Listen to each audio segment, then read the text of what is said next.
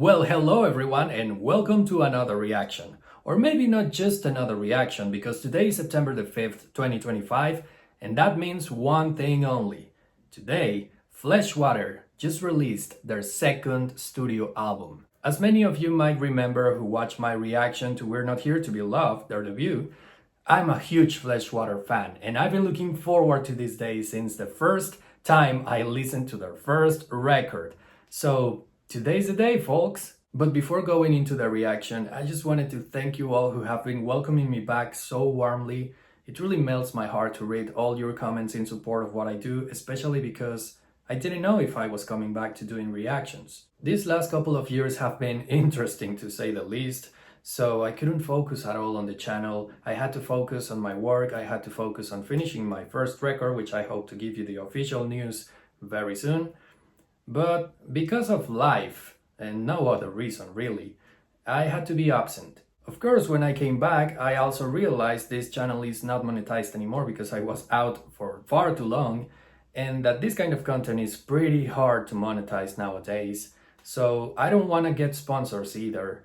I don't want to disrupt the flow of the video and, promote products that have nothing to do with music in the first place. And for this reason, I've set a way to be crowdfunded by the community, by you, which by the way is completely optional, in the form of a link to my PayPal in the description below, in case you want to send any kind of donation. And once again, it's completely optional. The greatest way that you can support me is by still watching my reactions. I'm also thinking about opening a Patreon for uncut reactions and exclusive content, but that's just an idea for the moment. If you like it, and if you think that's a better way to support the channel, please also let me know in the comments. But that's enough yapping. I think we have a date with the album of the hour, so this is the first reaction to Fleshwater's 2000s In Search of the Endless Sky. Let's go for it.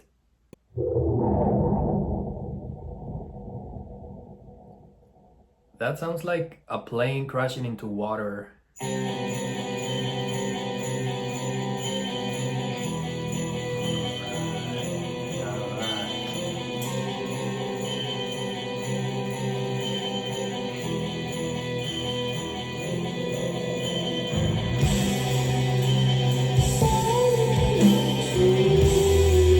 Woman of the hour.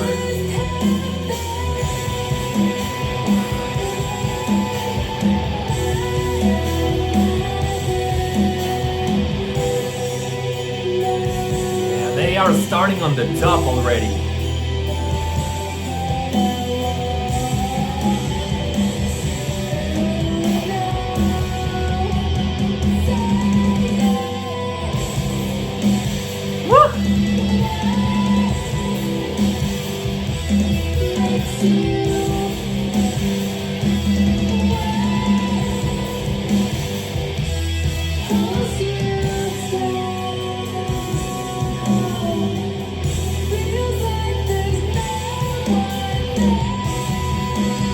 I love Mirce's high notes, the way she belts.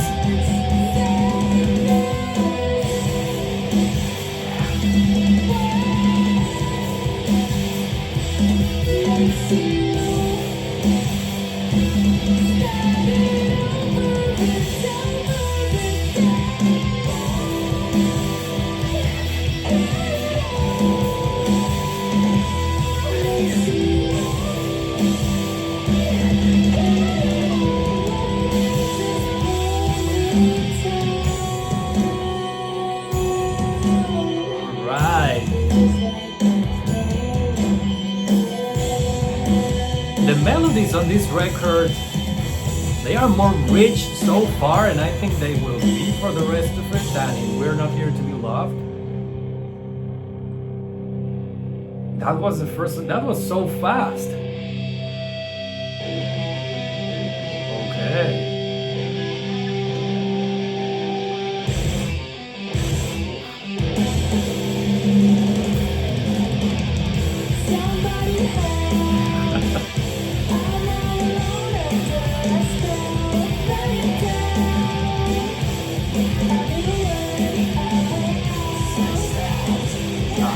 Hell yeah! I love Anthony's dirty vocals. Now this is the Fleshwater I wanted to listen to.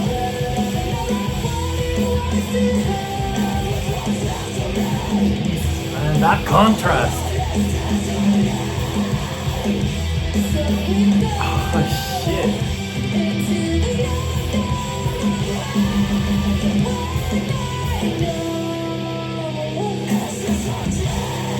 Jesus, man. It's like Mercy became more melodic and Anthony became more guttural.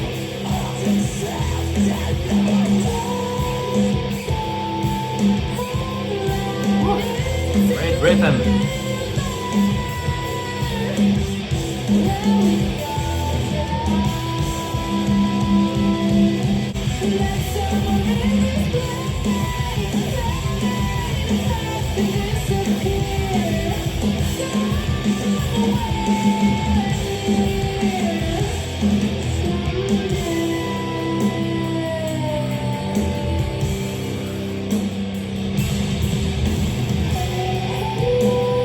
Beautiful breakdown. Well, kind of bridge.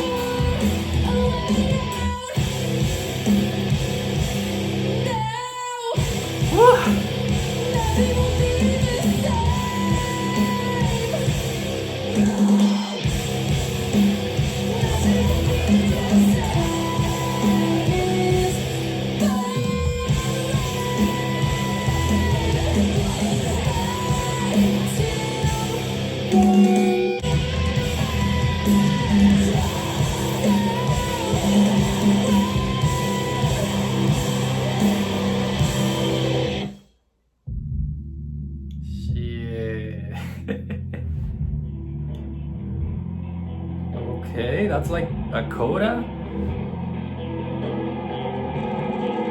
It sounds amazing. Oh, hell yeah. I mean, the song is not over according to this, but that would have been a nice transition. Maybe it is. Let's see.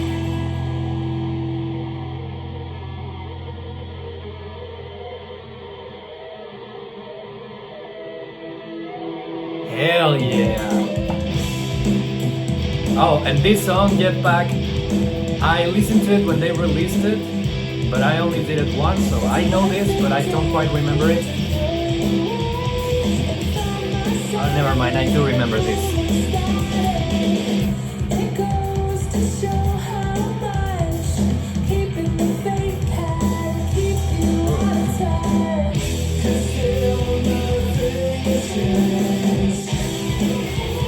Okay, I see why they released this one first. It has single energy.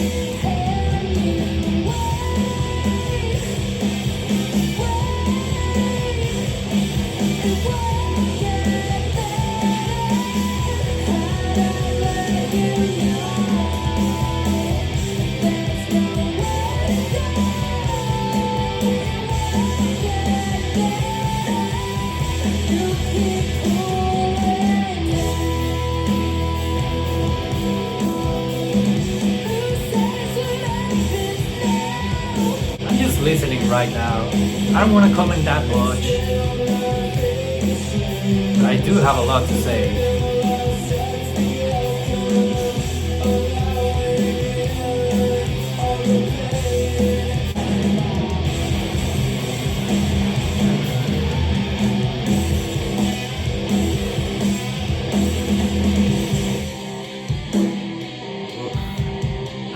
I definitely don't remember this part.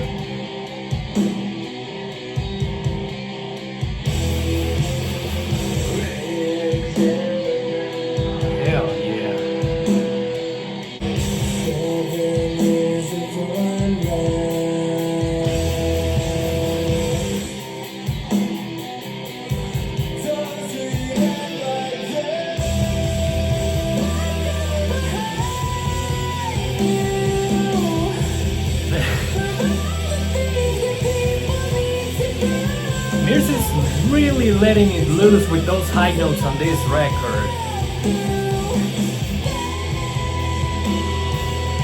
Just listen to that. Yeah, she's really pushing her boundaries right there, her absolute vocal limits without going into falsetto.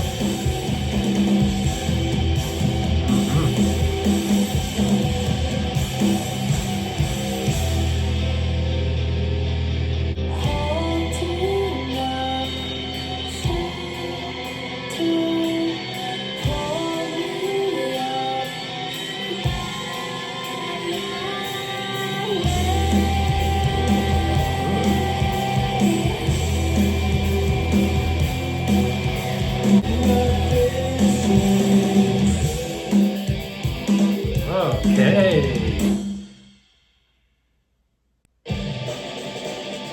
That was the first one without a transition. It doesn't matter. Last Escape. I think they also released this one before, right? Yeah.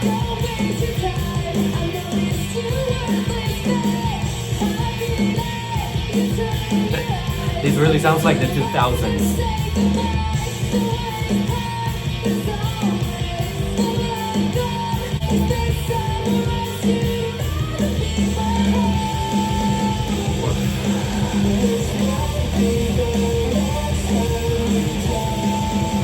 Okay, okay.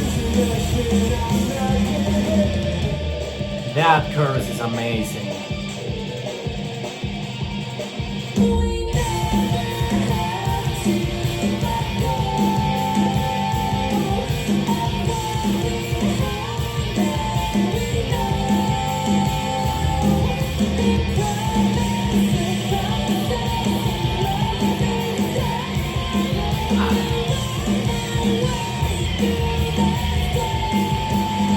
I swear the melodies here are so poppy, but they work.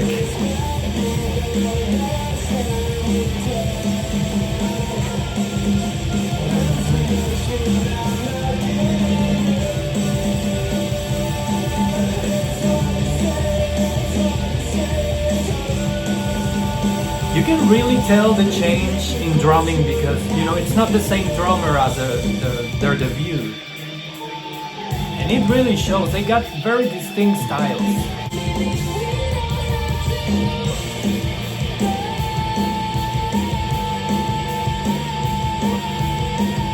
Whoa.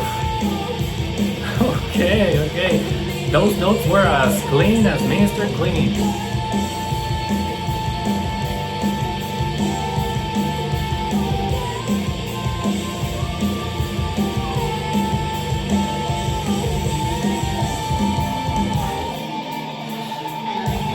Okay, yeah, Mirzi is really belting on this record. It's like when you learn a new technique and you use it all over your music.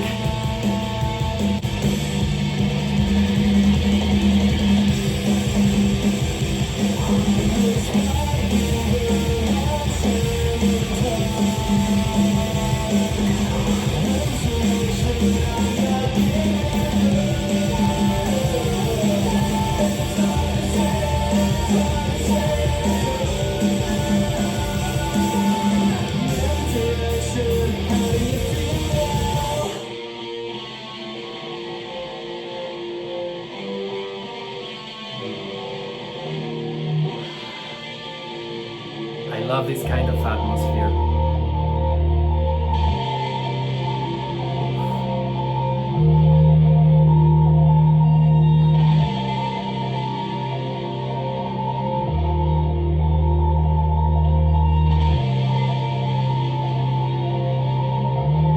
That's absolutely beautiful.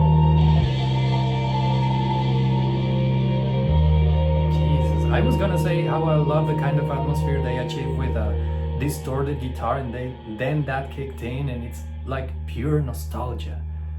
Kinda sounds like the internet, the old internet.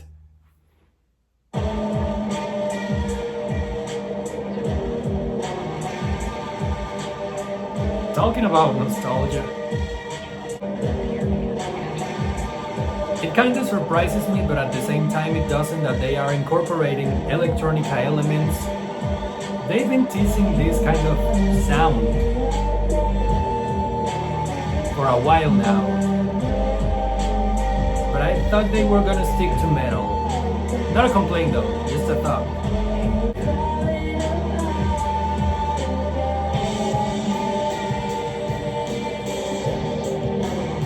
Back into the acoustic drums.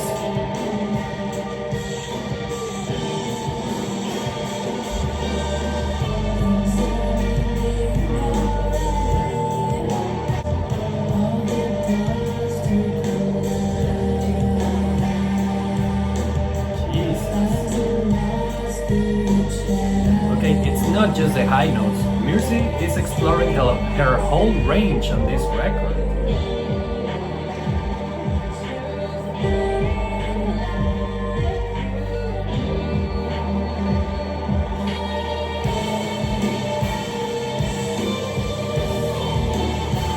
Those ghastly vocals.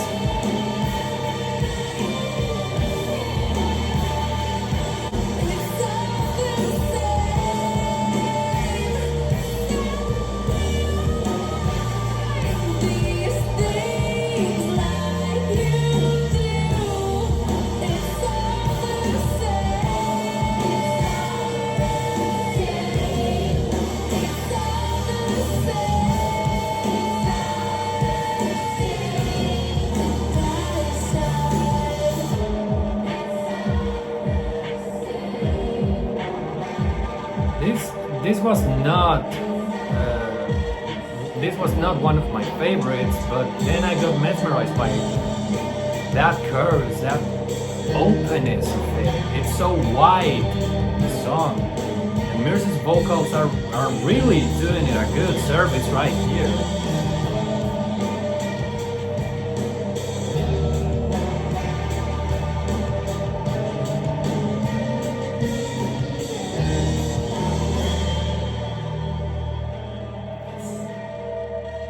Oh, but there's still 1 minute left. Let's see what they hit us with.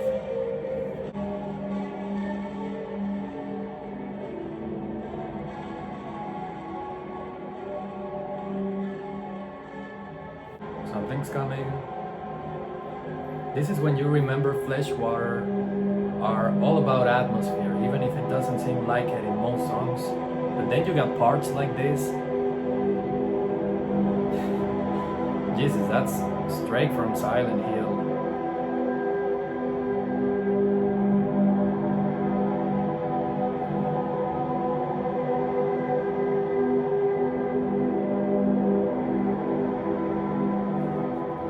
Yep, that's horror movie ambience.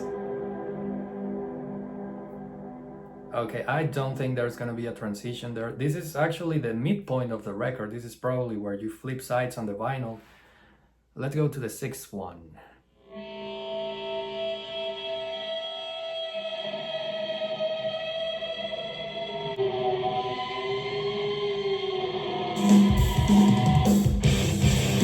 Oof. Woo.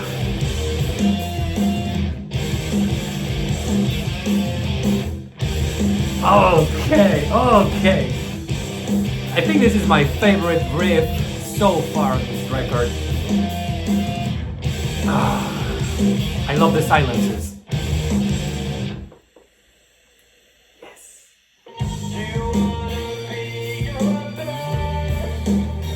Oh, hell yeah.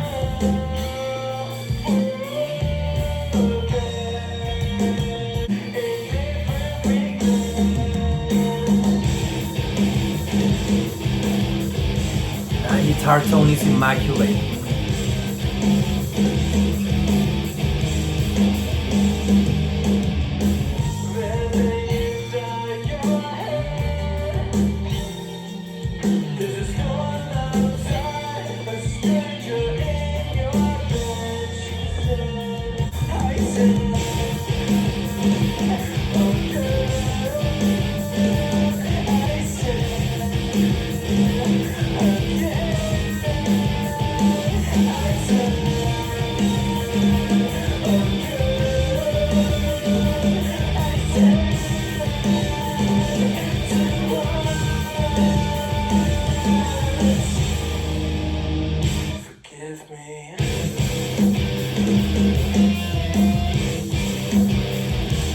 I think what I'm liking about this one is that it has a kind of conventional structure, which is a little rare for Fleshwater.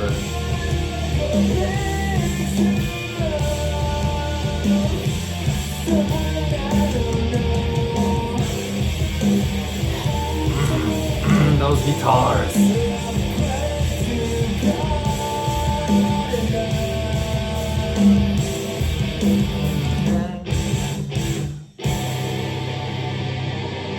Hell yeah.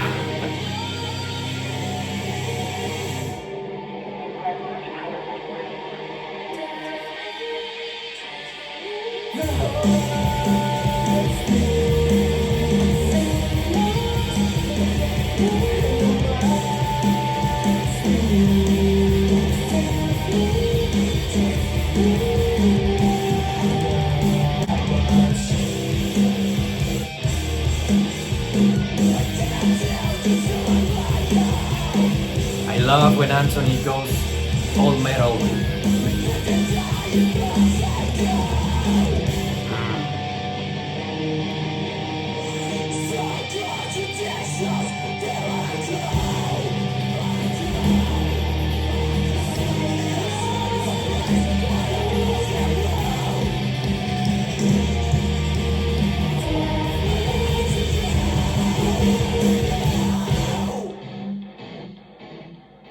Hell yeah. And I'm loving on this record, there's that bright contrast between Mercy's and Anthony's vocals. It's like they gain awareness of that on their first record and they're just letting it loose on this one.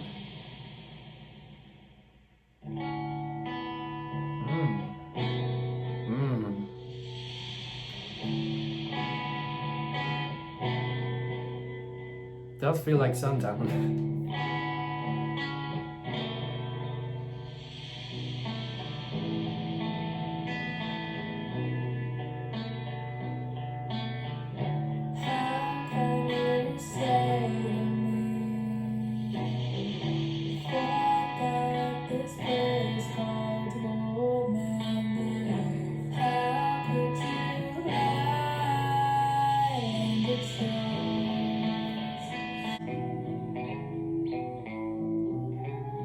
How nice is to have a song like this in the middle after all that distortion.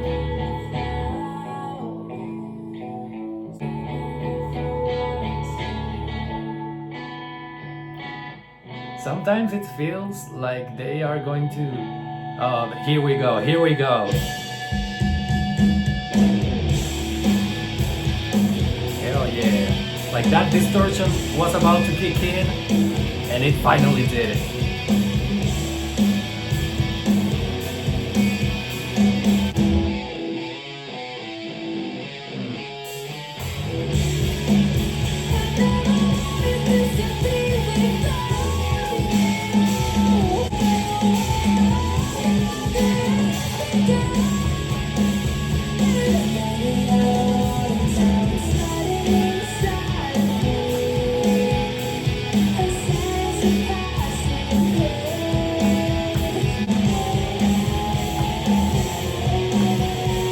Really sounds like the 2000s, even with that dissonance.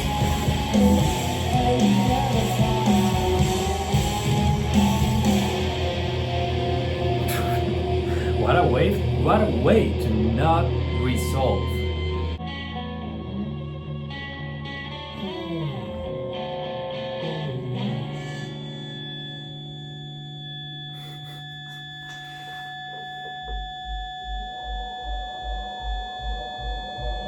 What's coming?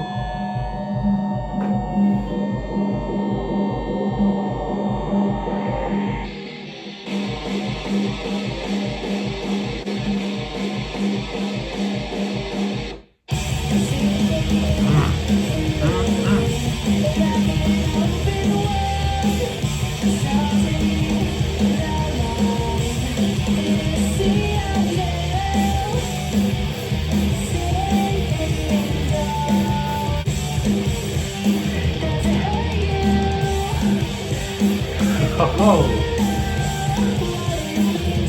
there's a very slight swing right there.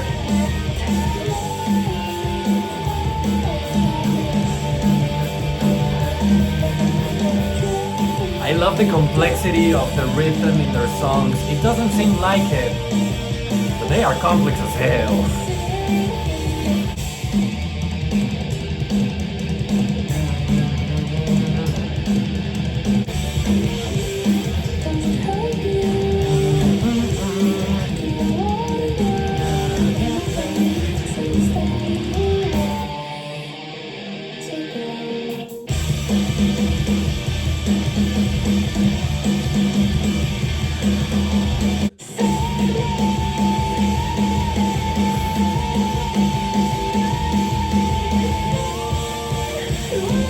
Oh my god, oh my god.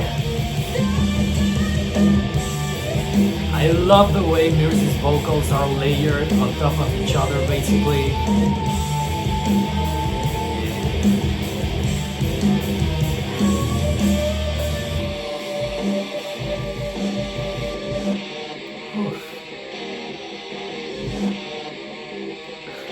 even backward sounds.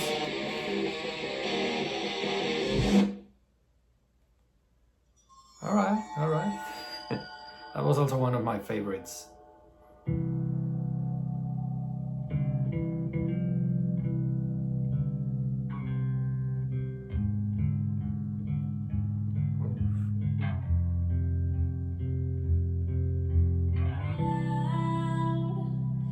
Loving that bass line.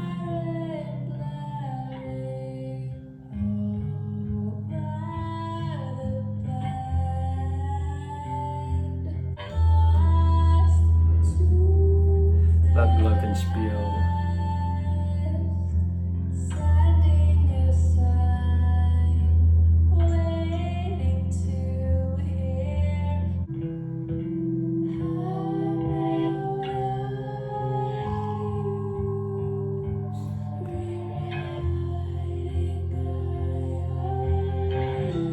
Yep, this is a dark lullaby, as dark as it can get.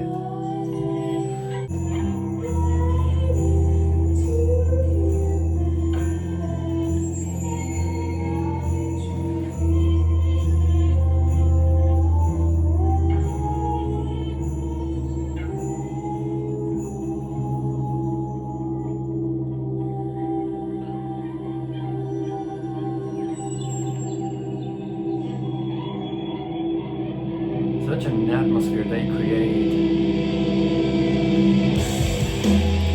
Hell yeah.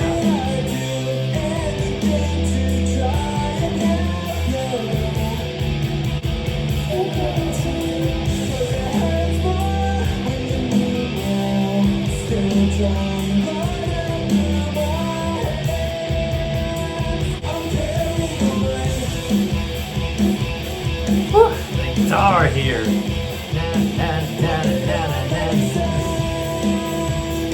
Oh my god, everything is syncopated.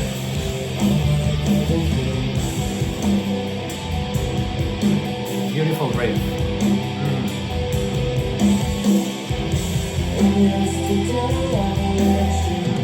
Oh, beautiful harmonies too.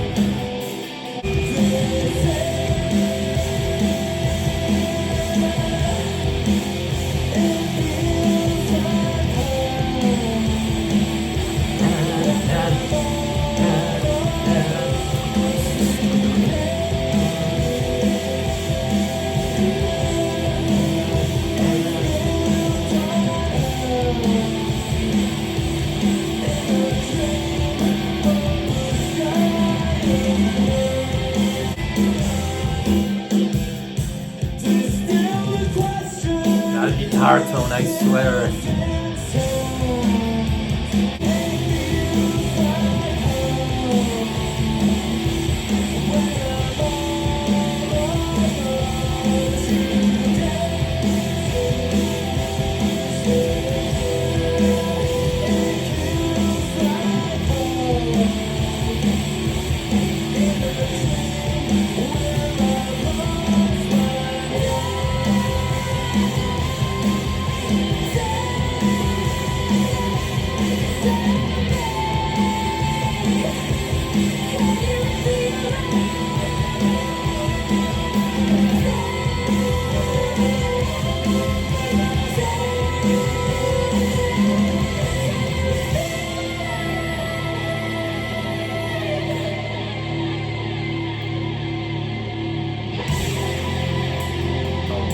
Oh my god.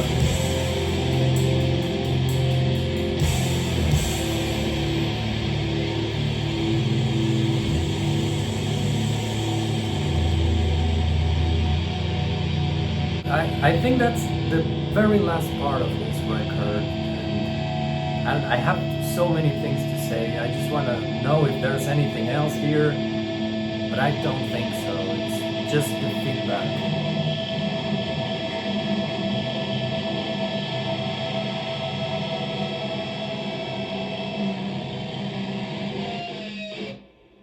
And that was 2000's In Search of the Endless Sky. Let me give me a minute to put my thoughts together and dress my hair. Jesus. Okay, so my first impressions are that If We're Not Here to Be Loved is kind of a 90s sound. Here they went full 2000s, like 2000s post-hardcore, 2000s emo. They really wanted to capture that time, that zeitgeist, and I think they achieved it. I was really impressed and pleased by how they blended the electronica elements with the metal elements, because part of me was kind of scared that they were gonna go full electronica in this record, but they didn't. They didn't. They used it exactly where they should have, and that gave us the nostalgia they were looking for on this record, but without, overdoing it. Oftentimes you see artists like Block Party, for example, it happened to them in the 2000s, that for their second album they went full electronica, and that album was just not as good as their debut. Then they kept doubling down, and although they are not bad records, they were just not as good as their debut because they felt all over the place a little. And this doesn't happen here with Fleshwater, which I'm so thankful for. That being said, other things that also impressed me on this record is how many sections these songs have. If you wouldn't know the track list, you just wouldn't know when a song starts and a song ends. For this reason, there are a lot of transitions on this record. Some work better than others. For example, the transition on the last two songs, I think that song was originally that, one song that they divided into two, and thank God they did it, because that way if you like more the second half, you can only listen to it, or the first half, and that's alright. But for example, what they did, I think it was on in between Jetpack and Last Escape. There's this little coda at the end that's a transition into Last Escape. But they could have perfectly cut that from Jetpack and just do Last Escape. With this I mean the way the songs are cut from each other and the track list is structured, it might work better in some formats than others, for example on vinyl, but on streaming maybe not that much. I'm pleased to say though that's pretty much the only negative thing I have to say about this record, because everything else is great. And I know they changed drummers for this one. I'm not quite sure why the original drummer left, but you really can tell between the styles of the two drummers. And it's not like one is better than the other, not at all. It's just that their styles are different and they fit the songs and they serve the songs differently. While the previous one was more of a heavy hitter, more of a metal hit, the current one is more of a math rocker, because the complexity and the precision on this record is just on another level. And speaking about taking things to another level, goddamn the vocals on this record. But the one that really went for it, the one that really pushed her limits here, was Marisa. I mean, the way she sings here has absolutely nothing to do with We're Not Here to Be Loved, and it even seems like she might have been taking singing lessons, because the way she sings, the techniques she uses, that's conscious, that's a conscious decision, and that's something that doesn't come naturally. Somebody has to tell you, hey, this is how it feels to belt, this is how you get your clean notes even cleaner, this is how you breathe from your diaphragm for those high notes, all of that stuff that you can only really get from a professional. And when you put all of these elements together, the vocals, the new drumming, those guitars that are even more intricate than in the previous record, you get a record that's really, really complex, but that's still accessible. And doesn't matter if you're not a metal fan, you can really enjoy some of these songs because they are filled with nostalgia, which is, to me, the ultimate proof that Fleshwater got what they wanted here, to convey a feeling. I think Fleshwater really did it again right here, and for that reason I ended up adding 8 out of the 10 songs to my library. So for me, 2000s In Search of the Endless Sky is an 8 out of 10. And that was my reaction/review of 2000s In Search of the Endless Sky. But hey, what do you think about this record? Don't forget to leave it in the comments along with your suggestions for future reactions. And I think that's all for today. Thank you so much for watching, and I'll see you in the next one.